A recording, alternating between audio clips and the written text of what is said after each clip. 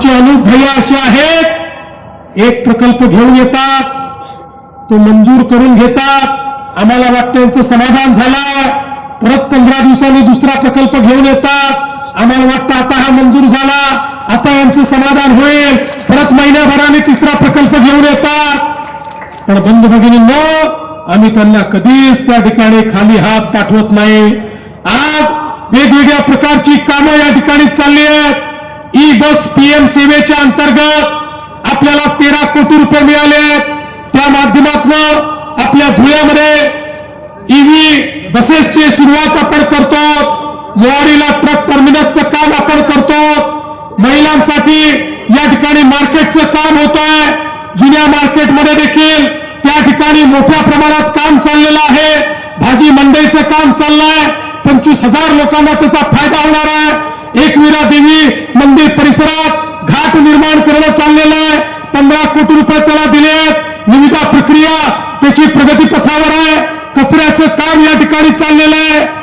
मोदीजींनी सांगितलं आता प्रत्येक शहरामध्ये जो कचरा आहे त्या कचऱ्याचं डम्पिंग बंद करायचं आहे, कचऱ्याची विल्हेवाट ही आपल्याला सायंटिफिक पद्धतीने लावायची आहे. पूर्वी कचरा आपल्यावर बर्डन होतं, आता कचरा लायबिलिटी नाही, आता कचरा संपत्ती झालाय. आता मोदीजींच्या योजनेतनं कचऱ्यापासून आपण खतांची निर्मिती करतो, कचऱ्यापासून कोळशाचे पेलेट तयार करतो, कचऱ्यापासून वीज निर्मिती आपण करतो.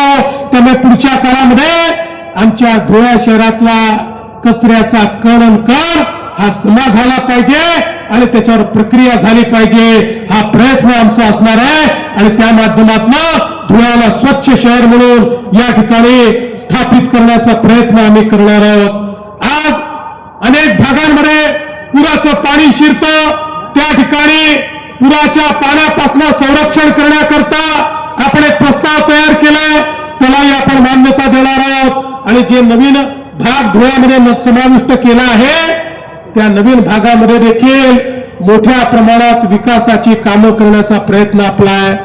आपण बघा, बाबांनी सांगितलं या ठिकाणी खऱ्या अर्थानं 6 राष्ट्रीय महामार्ग आपण तयार केले.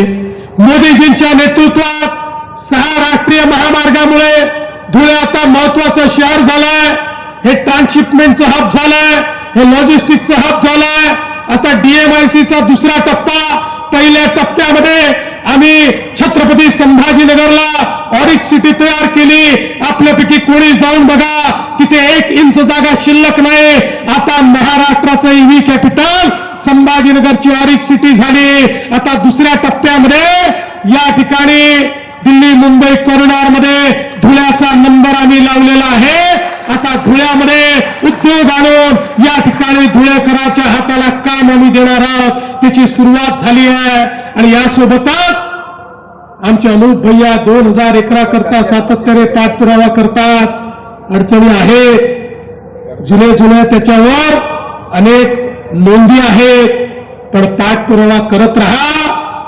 कुठल्याही परिस्थितीमध्ये ही 2000 एकर जागा मिळवण्याकरता आपण पूर्ण प्रयत्न करू, हे आपल्याला आज आश्वस्त मी या ठिकाणी करतो. अर्थानं महाराष्ट्राचं प्रवेशद्वार आहे, एकीकडे गुजरात आहे, दुसरीकडे मध्य प्रदेश आहे. अशा पद्धतीनं महाराष्ट्राचं प्रवेशद्वार असलेलं अशा प्रकारचं आमचं धुळे आहे. एकेकाळचं एक अतिशय प्लॅन अशा प्रकारचं शहर. पण हे खरं आहे की या शहरामध्ये अनेक वर्षात विकासाचं काम न झाल्यामुळे शहराची अवस्था अत्यंत बिकट झाली, हे देखील आपण बघितलं. तर बंधू भगिनींनो, 2003 साली स्थापन झालेल्या या महानगरपालिकेने पहिल्यांदा विकास जर बघितला असेल तर तो भाजपच्या काळामध्येच बघितला, हे देखील या ठिकाणी मान्य करावं लागेल. आणि लवकरच 2 वर्षांनी ही महानगरपालिका रौप्य महोत्सव साजरा करणार आहे. या रौप्य महोत्सवी वर्षामध्ये पुन्हा एकदा भाजपच्या नेतृत्वामध्ये या महानगरपालिकेला विकासाकडे नेण्याचा संकल्प करण्याकरता मी या ठिकाणी आपल्यामध्ये हजर झालो आहे. बंधू भगिनींनो, खऱ्या अर्थानं आपण जर बघितलं तर मागच्या काळामध्ये बाबांनी देखील सांगितलं की आमच्या या नेत्यांच्या पाठपुराव्यामुळे 170 कोटी रुपये अक्कलपाड्याच्या योजनेला आपण दिले. या धुळ्यामध्ये दर 10 दिवसांनी पाणी येत होतं. त्या ठिकाणी 170 कोटी रुपयाची योजना आपण पूर्ण केली. आज धुळ्याला चांगल्या पद्धतीनं पाणी मिळत आहे. पण आमचं स्वप्न एवढंच नाहीये.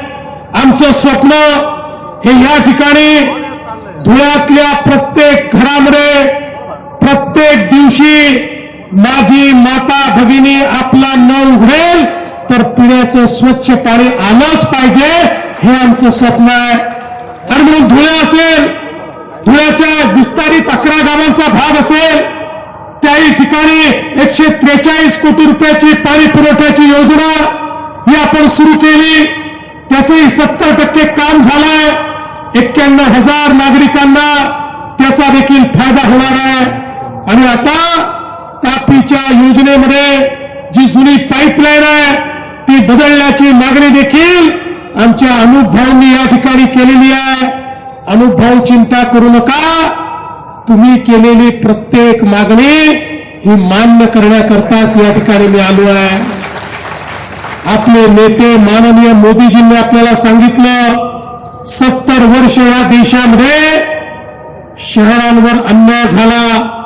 शहरीकरणाची आपण व्यवस्था केली नाही. शहरं वाढत गेली. गावातले लोक शहरात येऊ लागले. जिथे जागा मिळेल तिथे लोक बसले. झोपडपट्ट्या झाल्या. अतिक्रमण झाली. पिण्याच्या पाण्याच्या समस्या निर्माण झाल्या. घनकचऱ्याचं व्यवस्थापन झालं नाही. शहरं बकाल झाली. त्या ठिकाणी आमच्या नाल्यांमधून मैला वाहू लागला. दुर्गंधी आणि मच्छर याचा त्रास शहरांमध्ये तयार झाला.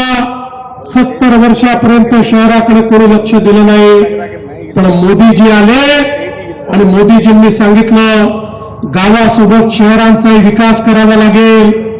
आपली शहरं अन्न वस्त्र निवारा शिक्षण आरोग्य रोजगार यामुळे लोक शहराकडे येतात.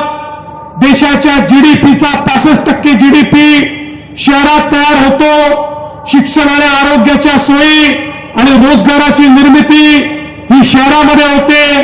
आणि म्हणून मोदीजींनी सांगितलं शहरं चांगली झाली पाहिजेत. शहरं जर चांगली झाली तर शहरातला गरीब, शहरातला मध्यमवर्गीय यांच्या जीवनामध्ये मोठं परिवर्तन येईल आणि त्या माध्यमातून आपल्याला रोजगाराची अधिक निर्मिती करता येईल. मानाचा मुजरा करतो. भारतीय राज्यघटनेचे शिल्पकार भारतरत्न डॉक्टर बाबासाहेब आंबेडकर यांना मानवंदना अर्पित करतो. आज अनेक योजना सुरू केल्या. शहरांना पैसे देणं सुरू केलं. स्मार्ट सिटीची योजना, अमृत शहरांची योजना, स्वच्छ भारत शहरी योजना, प्रधानमंत्री आवास योजना शहरी, असे अनेक योजना मोदीजींनी सुरू केल्या आणि हजारो कोटी रुपये शहरांना देणं सुरू केलं. आज एवढे पैसे आपण धुळ्याला देऊ शकलो आणि पुढे देखील देणार आहोत. याचं एकमेव कारण आहे देशाचे प्रधानमंत्री मोदीजी यांनी हजारो कोटी रुपये आपल्याला दिले. जवळजवळ महाराष्ट्रातल्या नागरी भागाला 50,000 कोटी रुपये मोदीजींनी दिले आहेत. शहरांचा चेहरा हे बदलण्याचं काम चाललंय.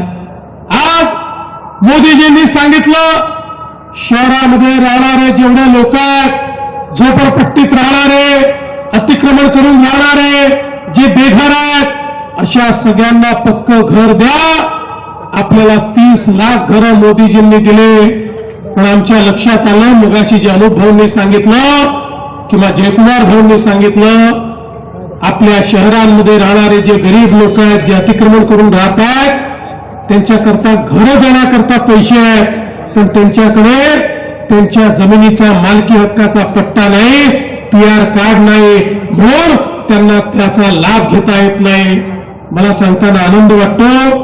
2च महिन्यापूर्वी राज्याच्या मंत्रिमंडळाने निर्णय घेतला, झोपडपट्टीमध्ये राहणारा, अतिक्रमण करून घर बांधलेला अशा प्रत्येकाला त्याच्या जमिनीचा मालकी हक्काचा पट्टा आता आपण देणार आहोत आणि केवळ पट्टा देऊन थांबणार नाही तर त्या प्रत्येक गरीबाला प्रधानमंत्री आवास योजनेतलं पक्क घर आपण देणार आहोत.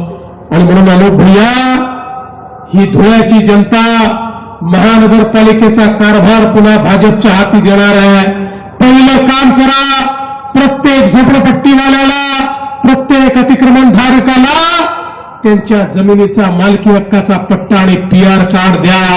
आणि हे काम पूर्ण झाल्याबरोबर मग मला सांगा, तुमच्याकडे किती बेघर आहेत, किती लोक कच्च्या घरात राहतात, त्या प्रत्येकाला पक्क घर हे मोदीजींच्या योजनेतनं आम्ही देऊ. ते पैसे तुमच्या महानगरपालिकेला आम्ही देण्याचं काम करू. आज आपण पाहतोय या ठिकाणी मोठ्या प्रमाणात वस्त्या वाढल्यामुळे आपलं गटारीचं पाणी हे त्या ठिकाणी नाल्यातनं वाहतं, वास आणि मच्छर त्या ठिकाणी तयार होतात.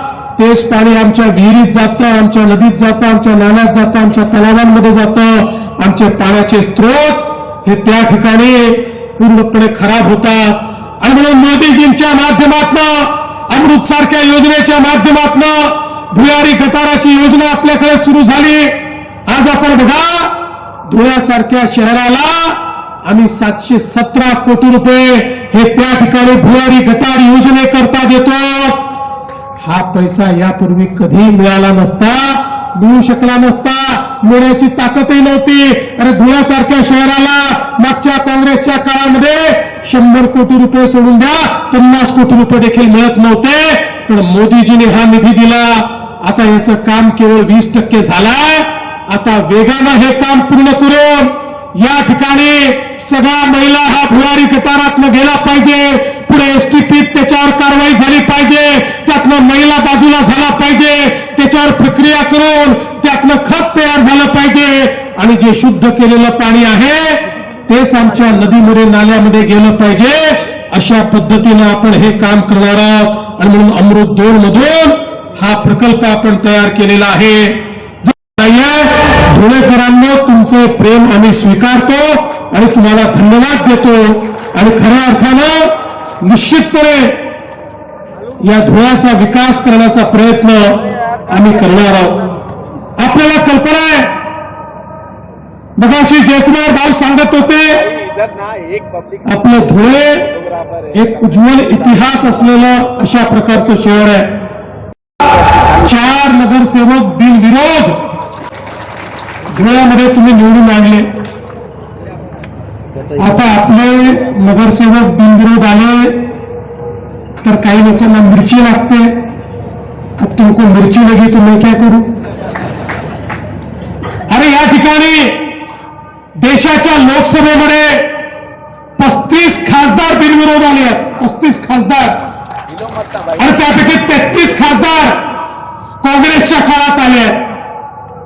जर खासदार त्या ठिकाणी बिनविरोध आले तर लोकशाही जिवंत,